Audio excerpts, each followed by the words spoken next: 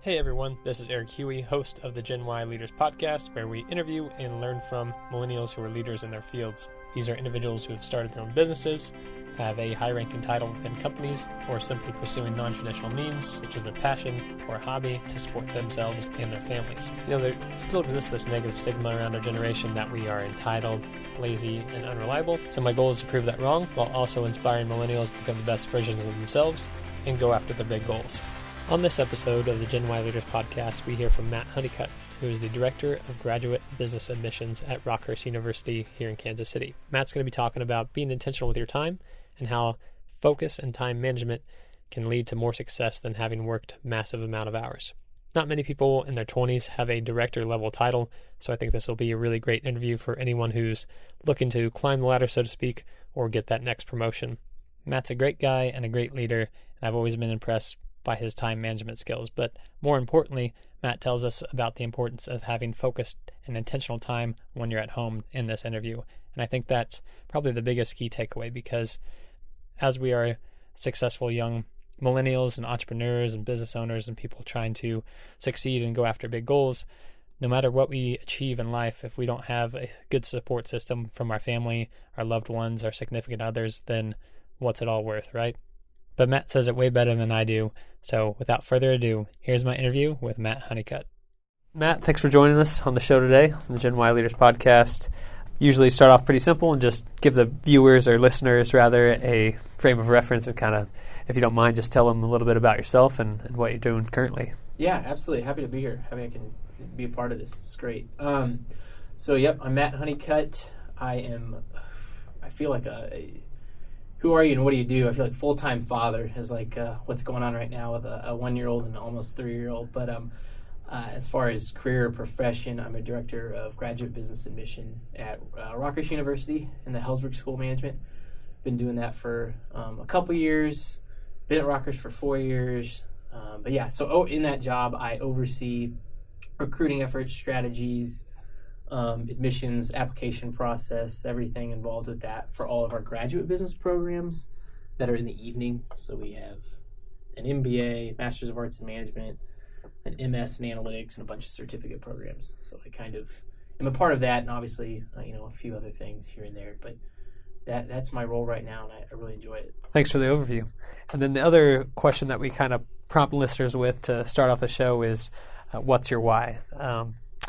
It's GenWhy Leaders podcast, WHY. So do you have a passion behind your work as far as what keeps you going, kind of those driving, underlying, motivating factors?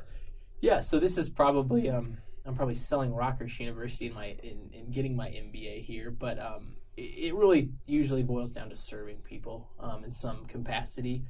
Not that every day, certain days I definitely don't feel like serving people, or I feel like they're serving me stuff I don't want to deal with, but a lot of the time it's to serve. And I think that comes out of a strong foundation with faith, being a Christian, things like that. And in some days I think it's harder than others to really hone in on why you're there. Just to say, like, I've heard a lot of people, I think that at some extent you have to do like your job or love your job, but what's going to get you through some of those other days, and that's knowing that you serve people and giving them this education, this investment and value into their life. That I hope goes farther than just what they're learning in the classroom, and kind of what they do with their families, their faith, their work, just being around others in a community. So, long answer, but yeah, to serve is the best way I can put it. Servant leadership. That's Very what cool. Rockhurst is about. So, Yeah, definitely. Well said, for sure. I like that a lot. Tell us a little bit more about your experience here. You've worked here 4 or 5 years now? Yeah, so 4 years. So 2 years as a director of graduate business admission, almost on the dot. I think it's a couple weeks over 2 years. And then I started in the director of advising, still in graduate business, so working day to day with current students and doing all the advising and scheduling and things like that. So that was started here February 2015 working. 2 months before that, I finished my MBA here. And very nice. Congrats. Thank you.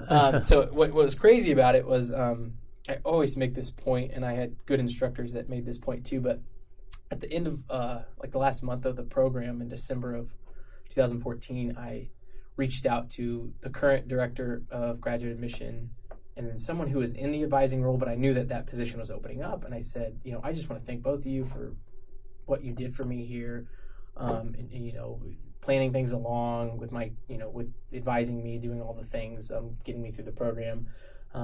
I know that director advising position's open. I don't think I have the skill set yet to do that, but man, what a great place to work. I would totally look at this down the road. And within 24 hours, both of them emailed me and were like, hey, are you serious about this? Let's come in. So over winter break, yeah, it was crazy. I sat down with the director of graduate business admission, and then the program director at coffee at Starbucks on the Plaza, and they kind of it was like a very casual interview. Yeah, those are the best kind. I know. Yeah, I was like, low pressure. Good. Let's have a coffee. Let's talk. So did that. Applied right after Christmas of 14. Came in January. Interviewed. Made it through that. Everything was good, and then by mid-February of 2015, I was here. So very cool. So yeah, write thank you notes. That's what I started. Write thank you notes. Tell people thank you. You never know what'll come out of it. Do it because you genuinely mean it. But, right. Never know what it can lead to. Right. Yeah. Exactly. I think if you show gratitude, and show people that you're thankful for something, they remember that. Yeah, for sure. So yeah. I think it's a rare thing nowadays, the thank you card, but it definitely stands out more and more since less physical copies of paper and mailers are landing on people's desks nowadays. A text thank you is not, it's still nice. It has its value there, but a handwritten thank you or a long, I feel like, I can't believe I'm saying this, but even a good email can really, always doing those things. And they know that making things intentional. For sure. Is big. So yeah.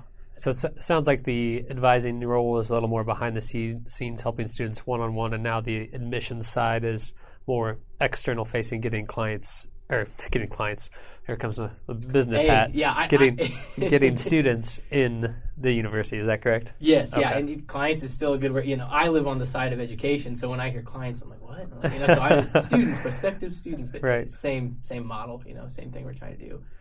So tell us more about how you acquired this role. A big reason why I want to have you on the show is the concept of the show is interviewing millennials in our, people in our generation, professionals in our generation that have excelled quickly. So there's very few people in their 20s that have a director title. So you spoke a little bit to this already as far as meeting with those former admissions reps and people that you had in your network and sending them those thank you cards. But is there any more else to that as far as strategy behind that or different things that led you to getting the role? Yeah, so I think a lot of it too was, what I've been instilled. I think you go back and you think about jobs you had when you were 18 or 19 and 20 and all these things, and you do hear the things about millennials and hear different catchy things. Oh, they're lazy, they don't do everything, and I'm like, I see it. I cannot say that millennials, GenWhy, everyone, but I also have. I've seen people in their 40s or 50s that stare at the front all day, and I'm like, it's just becoming a cultural thing that isn't good in certain aspects. I don't want to go down a rabbit hole with that, but right. I'd agree with that. So but I knew early on with some of the jobs I had that at the end of the day, being passionate about your job is huge, but having a good work ethic is gonna pull you through a lot of things. So maybe days you don't want to work, times where there's transition, where you're taking on more work. Uncertainty, if you put your head down and work, there's a lot to that. So I've always had that. Both my parents, a lot of people in my family, I really can't pinpoint anyone who didn't have a good work ethic that I've been around.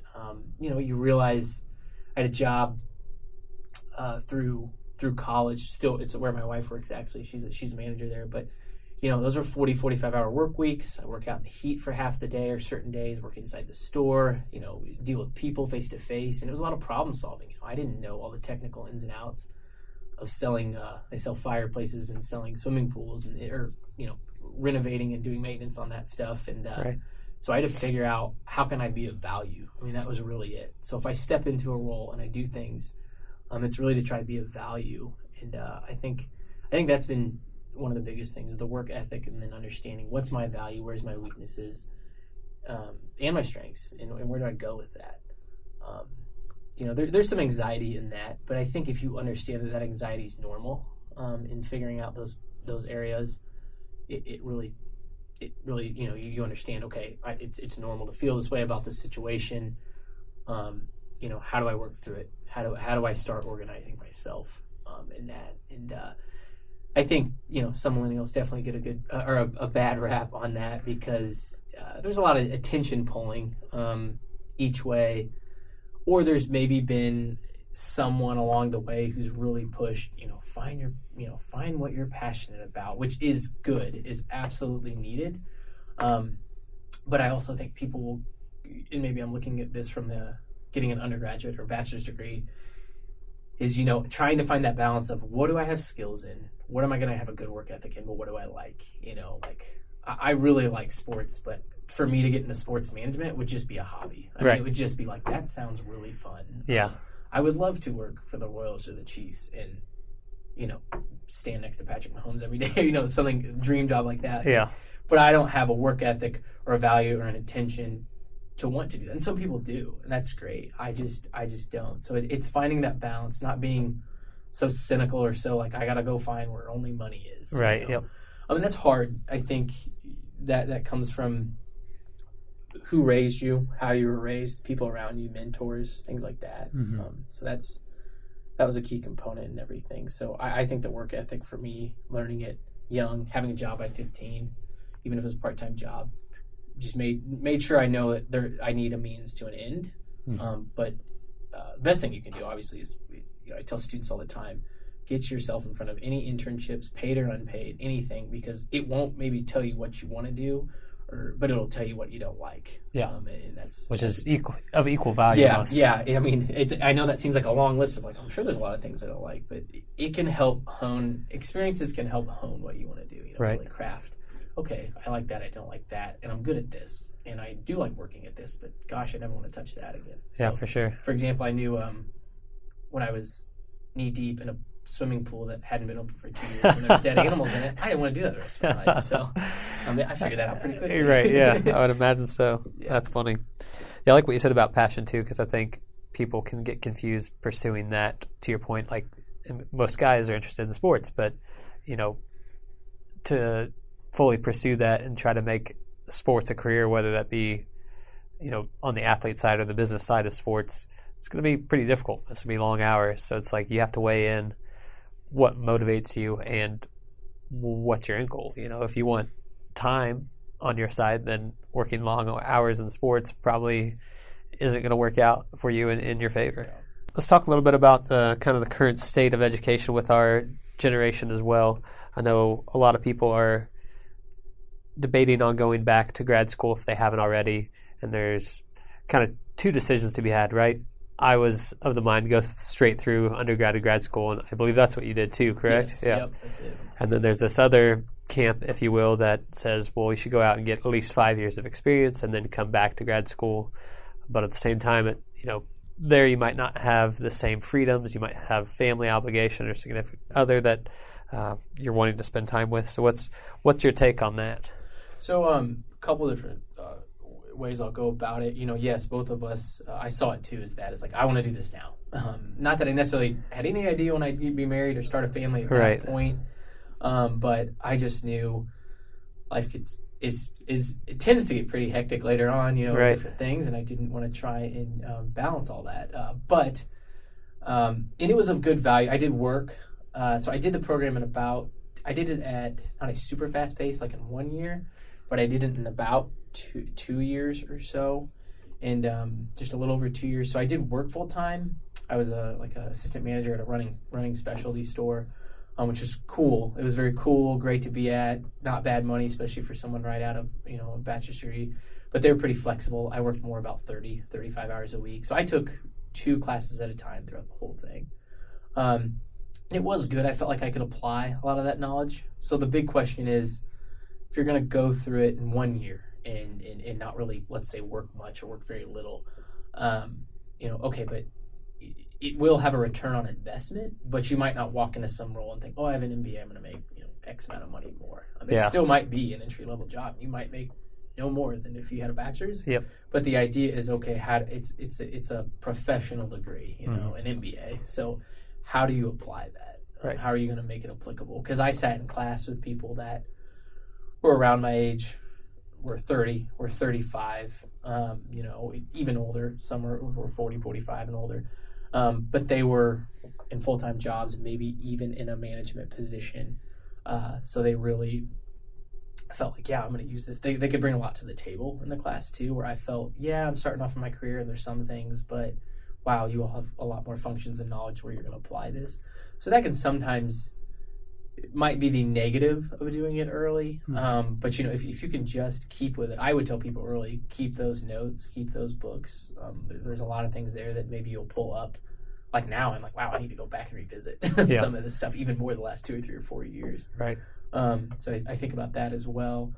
It's crazy too about MBA programs, and I'm speaking very generally, but 20, 30 years ago, the average age in an MBA was probably 35, maybe even upper 30s, because everyone was said, you don't really need to go do that until you're in a management role for at least probably 5 years. And now it could be a lot of societal pressure. So 30, 40 years ago or 20 years ago, a bachelor's degree was amazing, and it still is, but it could get you a lot of places with a bachelor's degree. And now I think there's some negative side effects, but positive ones too, of getting an MBA. But I think there's a lot of, I need to do this now. If I'm gonna, the master's is the new bachelor's. I gotta go do that and get this. Is that something you think is true? I don't. When I have a individual conversation with a student, I'm pretty candid about it. I'm not here to sell you. I'm here to explain to you and educate you on the degree, and to some extent maybe sell it to you. But I want this degree to be intentional. So someone who walks in my office and says, if I ask, I do ask, why are you interested in MBA? And it stinks to hear, this is just kind of, the next step, and then I'll hopefully be promoted. And I'm like, that is good. That is good. That's a good factor. That's a good value. But please don't tell me that's, don't do this. Yeah. That's it. I still think you can get a lot out of it, but please try and understand there should be a meaningful experience and intention in what this is. So I still think there's pros and cons. I go into a lot of classrooms with juniors and seniors in it, and this is I have 2 or 3 slides on it and talk about it, because that's the big question. The other thing is money. I tell students, think about type of educational reimbursement. So, 22-year-old Johnny wants this job that makes, $50,000, but and it's great. That's a great salary, but the benefits don't really seem that great. They're not going to give him money to go back to school. He's got this other job offer for $35,000 or $40,000, but they're telling him, "Oh, go get your MBA or some other degree in 2 years. We'll pay for the whole thing." Right. I'd say think about that. The value of looking at these things, that's a key thing too. And not just looking at, I'm going to make X amount of money. Great. I'm going to buy this car and do this. It's like, you got to think all these things. Right. Cost is an interesting point, and probably one of the top factors, as you alluded to. But do you see that changing in the years ahead? I mean, college and the competitiveness of degrees is only going to get more and more, so I don't see the actual tuition part changing. But do you see, is Rockhurst taking anything? Do you see trends in the university sector as far as either shortening the time frame to get degrees, or somehow assisting the student more, whether that be from the college or working with local employers to get larger groups of employees in at once to get their degrees? Yeah, so we definitely have had conversations of that with different companies and things, and how we might look at that. The trickiest thing is a lot of professional programs, us included, like a professional evening MBA that is either done maybe part-time or a little bit faster in a year or two. Most schools don't offer any type of assistance unless they just, they get federal loans, which isn't assistance. It's just getting a loan, So in a lot of it is because professional MBA programs, almost all the students are working full-time. So you hope, they have income that they can provide this to. They can get loans, and maybe their company's helping them. And I do find most companies still help in certain ways. There are definitely companies that give a lot of money. There's ones out there, I'm not going to say names, but they can give $10,000 a year more. Others, $5,000 is a good round number. Some it's just a couple thousand.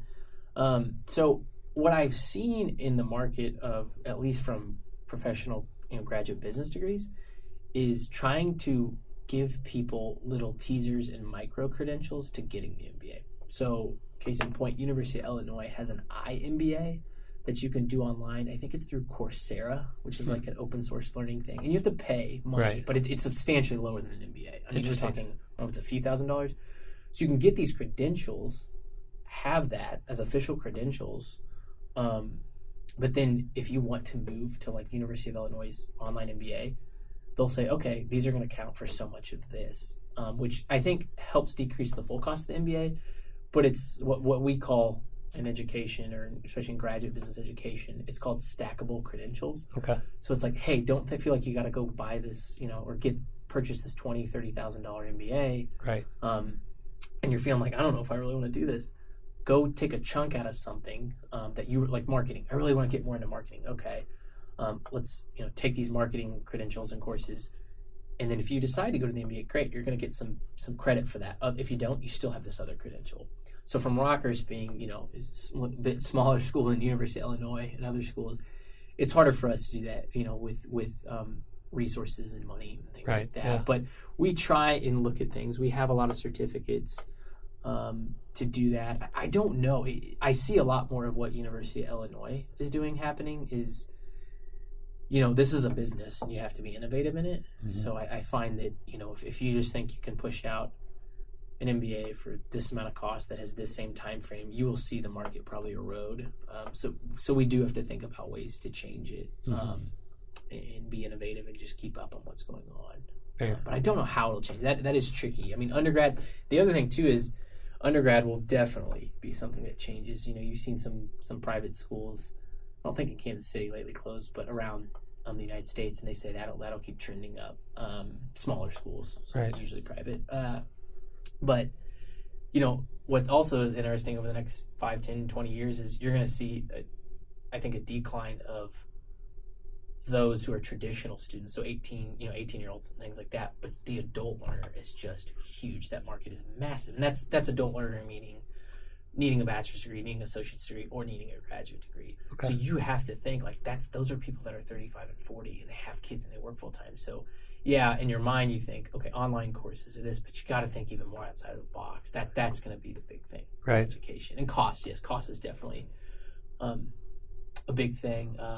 Real quick, University of Purdue, I think, has this global online thing that they've launched, and it is just I think they partnered with Kaplan. They bought Kaplan. Okay. I'm probably getting way too much in education for people. No, this is it's all helpful. But in the business world of that, so you're going to see some real, you can't think like typical traditional higher education, and this is, you got to think what's good for the market, what's good for what people need.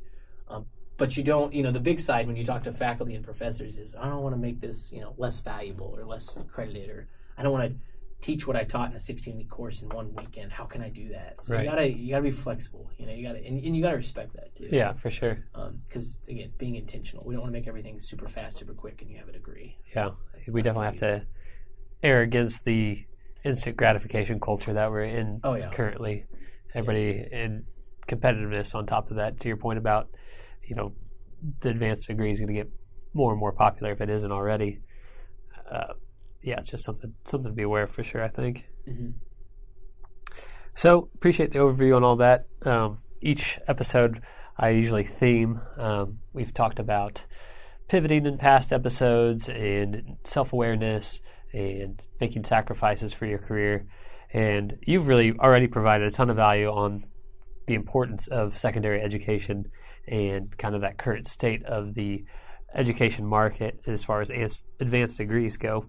But you're also what I would consider an expert in the work-life or family-work balance, especially for someone our age, because usually I find, at least talking to people, that to get to director levels or high up in the workplace in general in their 20s, they're working tons and tons of hours, taking time away from the family, sacrificing that element to climb the ladder, so to speak. But you've managed to still climb the ladder, but also have a great family balance from what I've seen. Can you talk a little bit more about that as far as your general process, where you're setting up barriers in your life whether that be professional or personally, to separate those worlds? Yeah, definitely. Those have definitely been a learning curve, and they are for anyone. Rockhurst. I will say one thing about education. If I go back to, looking at more than just your salary or benefits, I can tell you right now with director titles in different responsibilities and things I do, I might get paid more in a private sector. My health insurance, those benefits are great. And the other thing is autonomy, as I said earlier, and freedom to kind of have a little bit of a flex schedule. So I'm usually a Monday through Friday, 8 to 4:30 or 5 type of person. That's most people a lot of people in higher education. But kid gets sick, something comes up, I'm able to make my schedule flexible.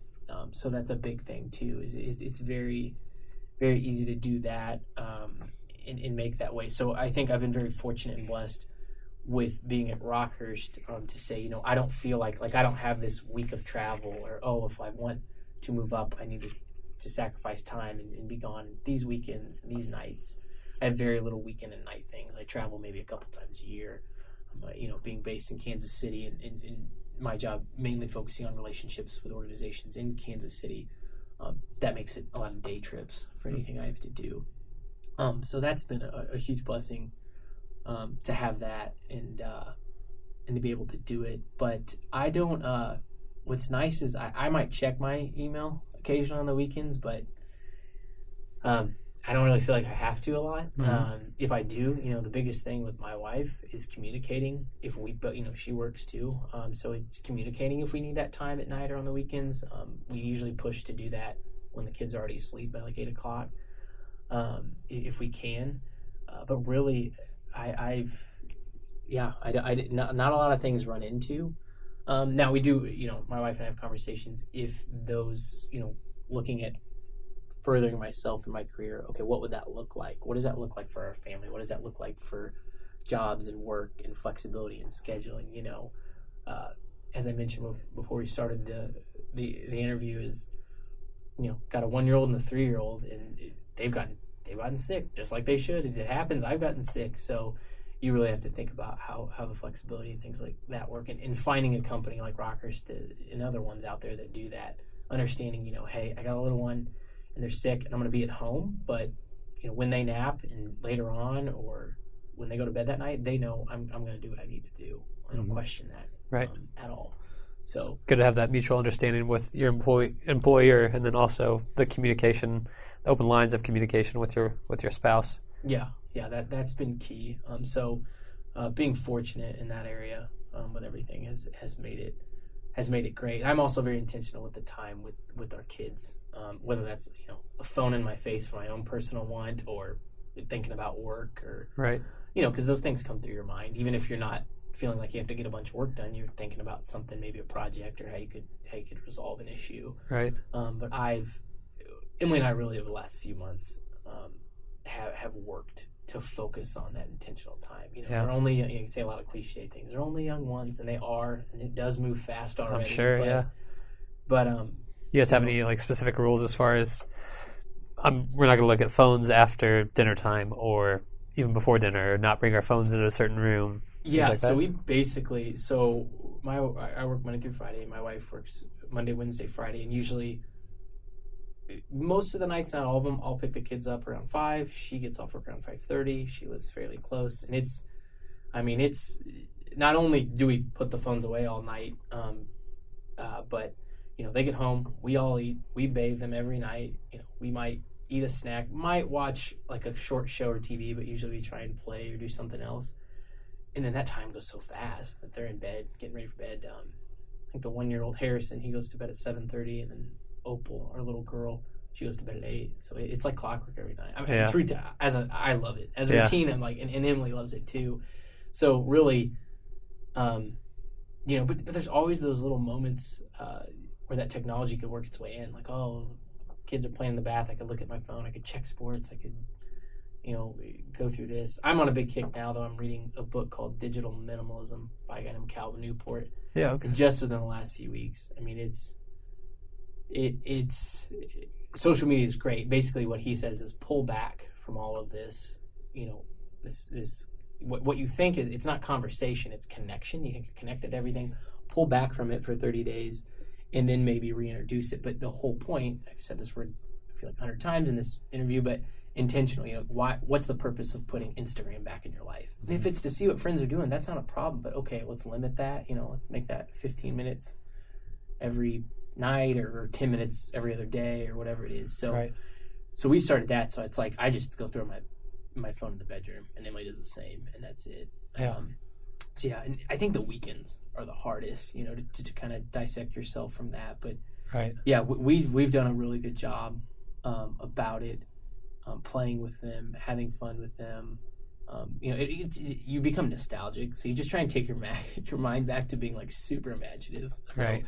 You're sitting there as a 29-year-old man, and you're on the Build couch. forts. Yeah, you're on the couch because it's lava or because a witch is coming after you. You have no idea. You have no idea, but that's fun. I mean, Right. It's definitely fun.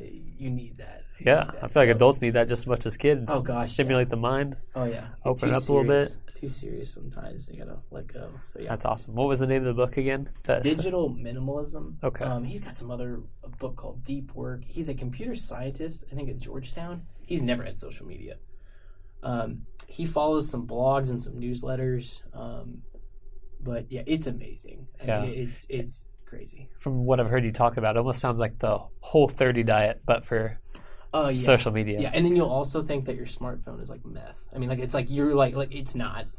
People are gonna hear this and think, "Oh, you're really thinking." And no, I don't think that. But you really start to see how it's an addictive thing. Right. It can become, yeah. It can it's like cigarettes. I mean, really, it is, and it makes you think about it. I mean, which is also funny because someone might be listening to this and on the way to work. But again, that's a good time to do that. So figuring out certain times, because Right. I also, as you've talked, you do audiobooks. That's great. And I have about 30-minute drive to work, each to work and home. So I'll do that or listen to some other Catholic radio thing or something. So I mix in different things, but and occasionally, obviously, I listen to sports on the way, especially to see what Mizzou is doing or something like Right. that. So Yeah. Got to have your entertainment too. I do. Yeah, it's always good to have that a little bit. So. For sure. So as our generation progresses more towards these advanced degrees in a competitive marketplace to edge out their coworkers for that top-notch spot, how do you think they could be more focused, being intentional, of course, but any tips or pointers, any general advice for them as they progress in their careers? Yeah, so it's a big thing. There's obviously, for an example, from an MBA is, you have an accounting course, a finance course, leadership course. If you line up a lot of curriculums that are graduate business, you can find a lot of similarities. And what you're teaching, what they're teaching the class probably is similar to a certain extent. But I can't understand it enough, or can't emphasize it enough that understanding how to communicate is so big. And again, you're getting yourself pulled into technology or to a bunch of emails all day, and it's like sometimes it's best to pick up the phone and talk to someone, or go to their office or whatever. And it's funny though too. All of these, I see all these analytics tools and I see all this technology come out, and almost every job, it's not, oh, you need to know how to do Microsoft Office. That's always still a definite, an obvious, but like, oh, you need how to learn these 3 tools in marketing and these 3 tools in this and these 3 tools in that. But I can't emphasize that still in career outcomes and what employers want, the top 2 things is communication. Mm-hmm. So you have to do that. When you have a chance to speak in class and present and work with others and be in teams, like that's your time. That's the situation, and then applying that to work. So communication is so big. I mean, I look at my bosses. I look at all the bosses I've had in the past. I look at all the employees I've worked with in the past. People who lead, the dean of the business school or the president of the university or this or that. I look at all these things, and what makes the difference is how they communicate. One-on-one, but also just on a platform. If you can tell a story about what's going on or a problem or whatever it is, it's gonna speak way more volumes than anything else. To be able to communicate that to a client, a boss, coworker, any stakeholder. I mean, that's really what I can emphasize more than anything is, and it's hard because it's not just like a software or tool that's like, oh, this is the software, this is the tool, I took a class and now I know how to use it at an intermediate or advanced level. Yeah. It is always crafting communication. Oh, yeah. You know that. Like, I mean, it's just so enticing to say, gosh, I have this communication course, but I'm just going to do the same old, how I present and all that. It's like, right. No, get out of your comfort zone. Go do that. Really expand what you can be, and not that, if you can communicate well, you can BS yourself through everything, but gosh, you can sound so good when others may know the subject better, but gosh, they just sound, you sound better because you can communicate it. So that's right. a huge thing. So communication, anything you can do to get yourself out in front of people, networking, understanding yourself and understanding your business and how the world works. Reading books. I mean, I'm throwing out more things now, but all of it connects to communication and problem solving. For sure. It hasn't changed, and I don't think that will ever change. Yeah.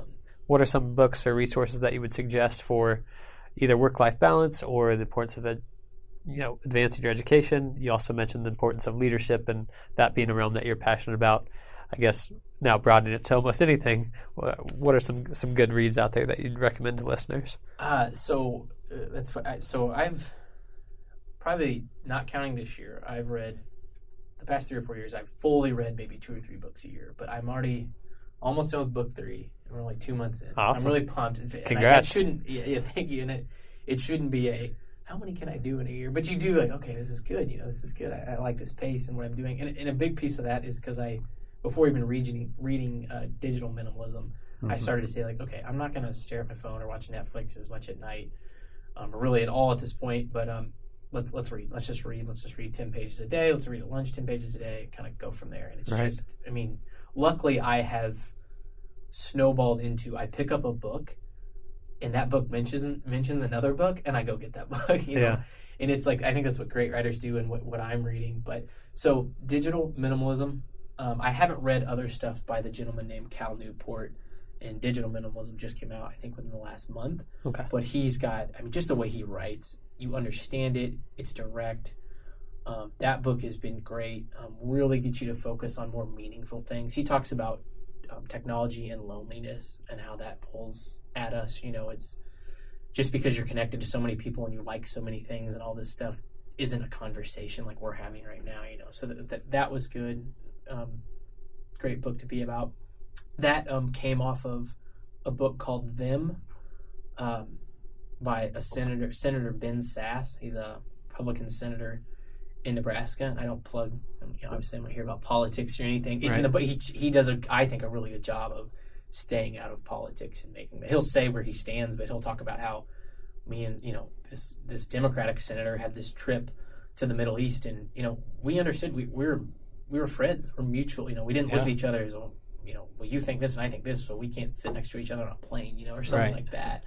But it talks about the community and society and not trying to be polarizing in what you think. So if you think this way, us versus them, that's why the book's called Them. So that's good. So I've read a book by a guy named Sebastian Junger called War. I've really been into social psychology and anthropology, sociology type things. Kind of the base of communication, right? Exactly, yeah. And that's a big thing. I don't know if it's funny because of my my bachelor's degree in psychology, but I haven't really ever thought.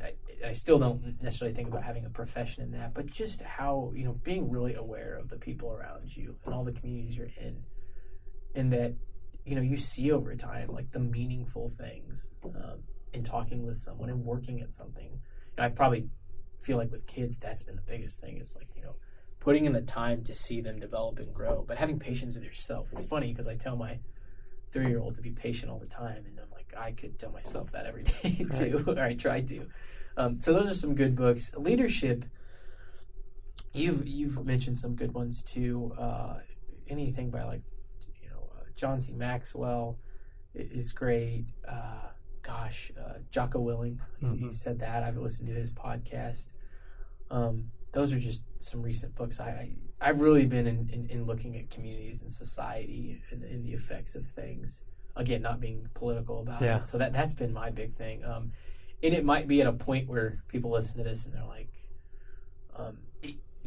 I don't really think about that stuff right now. And you might not, and that's good. But even in a workplace, even in your professional place, think about that. They still can apply to leadership and what you're doing, because you may look at your group of employees and think, oh, well, so-and-so thinks this way, or politically thinks this way, or and so-and-so, this employer, stares at her phone all day, or he, does this. And so how do you think about of being conversational, making something meaningful, whether that's at work, your family, friends, whatever. Yeah. So that's what I've really been on a kick on. Yeah, it's great stuff. Yeah, I think the application component is definitely key, because I've always thought that knowledge isn't power, knowledge applied is power. Yeah. So I'm trying to take a habit now to where if I'm reading something or reading a book and I have a good key takeaway that I read, or even on audiobook, I'll try to pause it or like underline it if I'm reading it in the book, like close the book and just think about that point. And then not only that, try to write down ways I can implement it, or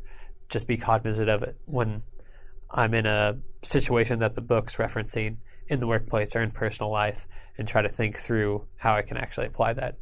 Because we can read as many books as we want, but if we don't actually put anything into practice, then what good is it? That's a good point too. There's a guy, he has a book called The Obstacle's the Way, and he used to do marketing consultant. Ryan Holiday, I think is his name, but he has it's a little more extensive than what you're saying, but it's a good point, being read that, underline it, write it in somewhere. But he has I think it's a massive amounts of folders, and basically he has different categorized folders of okay, this is great for leadership, and this is great for adversity, and this is great for faith, and this is great for, and he just finds quotes, writes them on index cards, and sticks them in there. Wow. He says this book, this page. That's actually a great idea. Yeah, and he actually, the reason he does it is he writes books too, and he constantly quotes people in books. He's I didn't just think of this stuff. I read from these people, and I'm doing a due diligence to cite it, but also if you really like what this person's saying, and I've quoted them a couple times, you should really dive into these books. Right. Giving credit where credit's due, but like you said, if I write it down, if I underline it, if I put it somewhere and I review it just like you would in maybe a class or assignment, it's going to mean more. So I have started doing that on a few of these books, is kind of writing them down, certain things. Yeah. So, but those are where I'm at. Again, not to move down a way of thinking that I'm trying to convert people to, but I'm Catholic. So I do have some readings in that. I'll listen to a podcast on that. That's been really good. Which one is that? So it's actually just in Kansas City. It's Catholic radio, and it's 8:90 a.m.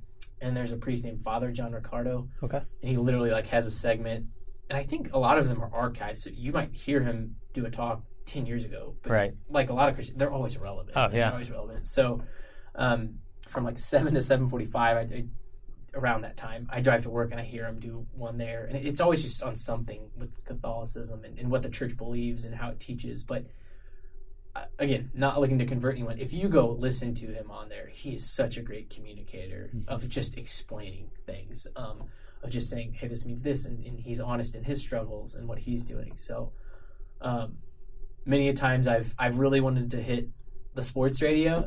Sometimes I still do, or check it, see what's going on. So I guess to wrap up, I always like to make the show a resource for listeners, but I also want to make it a resource for you too, if anyone would want to contact you about graduate degrees at Rockhurst, or your advice on work-life balance, or maybe some insight into some of the books you mentioned. Where can people best get a hold of you? Yeah, so I think email's best. I have deactivated all social media. Very nice. Again, not saying I won't go back to anything. Twitter's a tough one to kick, but so I'll just do a couple emails. I have a work email. You can probably find it on Rockhurst's website, but it's just Matthew, MATTHEW .Honeycutt HONEYCUTT @rockhurst.edu. So, and if you accidentally email a personal, hey, what books do you read? That's fine too. But that's the work one. So if you're interested in talking about graduate business education, or interested in a program or things like that, connect with me there. My personal email is Honeycutt, so HONEYCUTT, the letter M for Matt, and then 89 @yahoo.com. That wraps up today's episode. I want to thank you all again for listening. My name is Eric Huey. My goal is to provide you with inspiring content that helps you do your job better or go after your big goals. I'd appreciate your feedback with a rating or review on whichever platform you found the show. And if you'd like to share your feedback directly, or if you know someone who'd be a great guest on the show, feel free to email me directly at genwhyleaders@gmail.com. That's GenWhyLeaders@gmail.com. Thanks again. I'll see you next time.